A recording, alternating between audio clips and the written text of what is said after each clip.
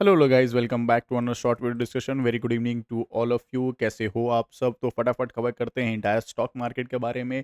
और आपको पता है इलेक्शन का जस्ट अभी कंप्लीट हुआ है, 4 जून को कंप्लीट हुआ है, आज था 5 जून। तो मार्केट कैसा कामकाज किया उस पर भी डिस्कशन करेंगे, और क्या इस माहौल में हम फ्रेश बाइंग कर सकते हैं स्टॉक का। Do let me in the comment box में मुझे बताना, क्या आपने 4 जून का जो सिनारियो आया था, मतलब कि 4 जून को जो मार्केट क्रैश होते हुए था, क्या उसमें आपने पूरे के पूरे पोर्टफोलियो को बेच दिया था, या कुछ नए स्टॉक को ऐड किया था, या फिर अपने प्रॉफिट को बुक कर लिया था, या कैपिटल बचाया था?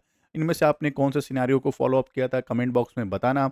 अगर मुझसे पर्सनली बोलोगे तो मैंने 3 स्टॉक को एवरेज किया है कल, और 1 स्टॉक को फ्रेश बाइंग किया। बहुत छोटे क्वांटिटी में बाई किया है, बट ठीक है। मेरा माइंडसेट क्या था कि यस, मेरे पास 90% जो स्टॉक है फंडामेंटली बहुत ज़्यादा स्ट्रॉन्ग स्टॉक है और फ्यूचर ओरिएंटेड स्टॉक है। 1-2 स्टॉक है जो अभी भी तकलीफ दे रहा है, वो हम नेक्स्ट वीडियो में आपको बता देंगे, ठीक है?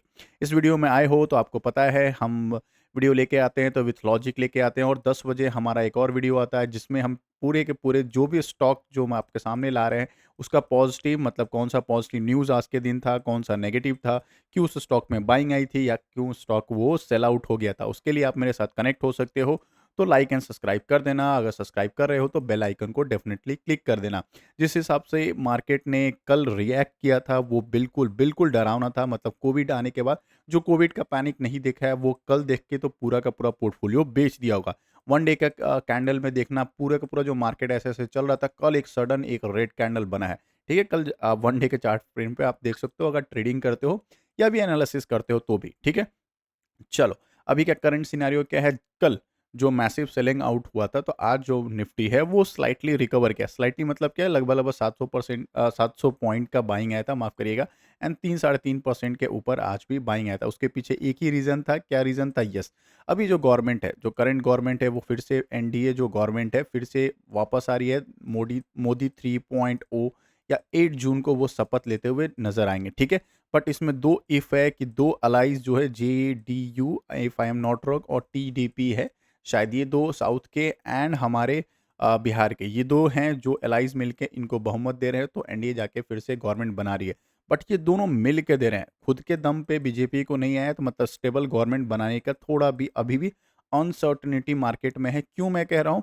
कभी भी एलाइज जो होते हैं ना, कभी भी किसी भी मेजॉरिटी का जब उनको बहुमत देते हैं गवर्नमेंट बनाने के लिए, उसमें उनका कंडीशन होता है, उनका कुछ अपना डिमांड होता है जो फुलफ़िल करना होता है, तभी होता है। अब देखना है कि कौन-सा मेजर डिमांड करते हैं, कौन-सा मिनिस्ट्री वो लेते हैं, या क्या-क्या उनका डिमांड है। अगर मेजर मेजर मि मिनिस्ट्री वो अगर वो ले लेते हैं, तो फिर डेफ़िनेटली उस मिनिस्ट्री में कैसा कामकाज होगा, क्योंकि न्यू मिनिस्टर्स आएँगे, न्यू उनका माइंडसेट होगा, तो ये काफ़ी सारी चीज़ों को देखना होगा।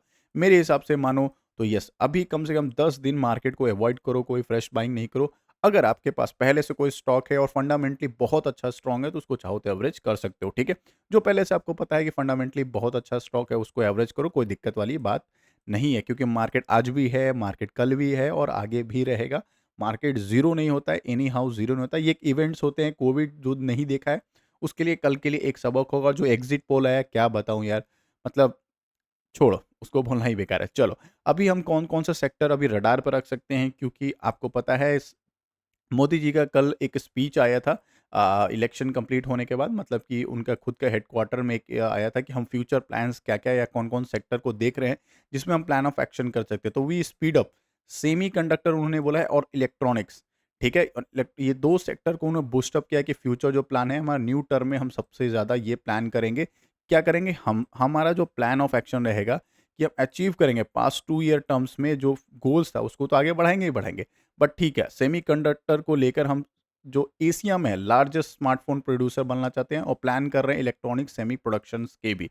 ठीक है, तो ये बहुत बड़ा इनका आने वाला प्लान है। तो इसके हिसाब से आप 3 सेक्टर को एकदम रडार पे रखना। पहला जो सेमीकंडक्टर का जो है, उसमें सबसे अच्छे स्टॉक आपको पता है भारत इलेक्ट्रॉनिक्स है, उसमें no if and no doubt. And CG CG power, इसका मैंने कंप्लीट एक वीडियो भी बना दिया है, ये भी रखना। भारत इलेक्ट्रॉनिक डिफेंस में भी है, पीएसयू कंपनी है, तो ये भी बहुत लोगों के पोर्टफोलियो में होगा।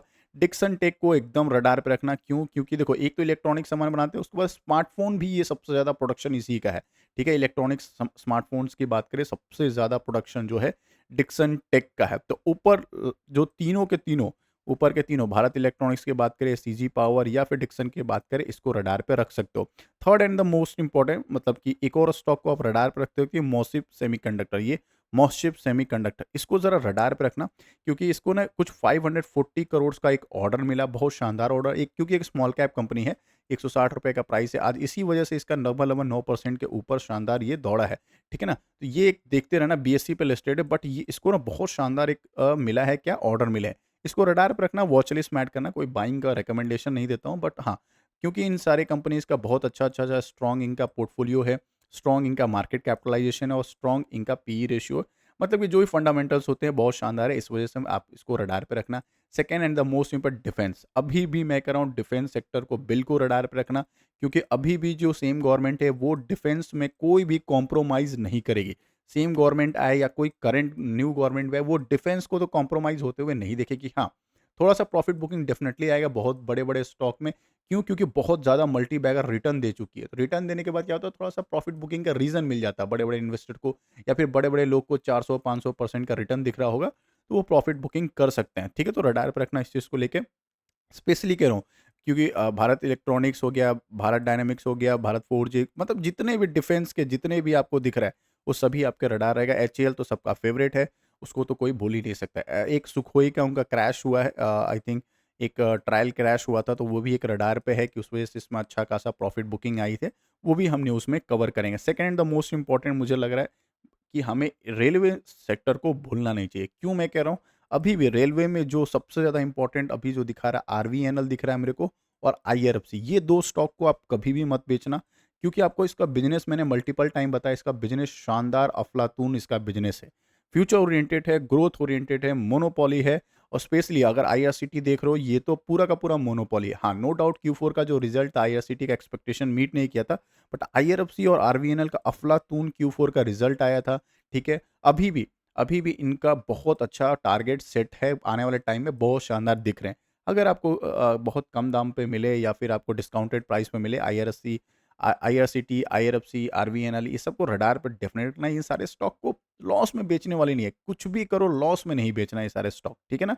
चलो मिलते हैं एक और वीडियो में जिसमें कंप्लीट एनालिसिस रहेगा एक और वीडियो के साथ। सो लाइक एंड सब्सक्राइब कर देना, इसी तरह मैं आपके साथ कनेक्टेड रहूँगा और काफ़ी सारे इन्फॉर्मेटिव वीडियो आपके साथ टच करता रहूँगा। Bye bye.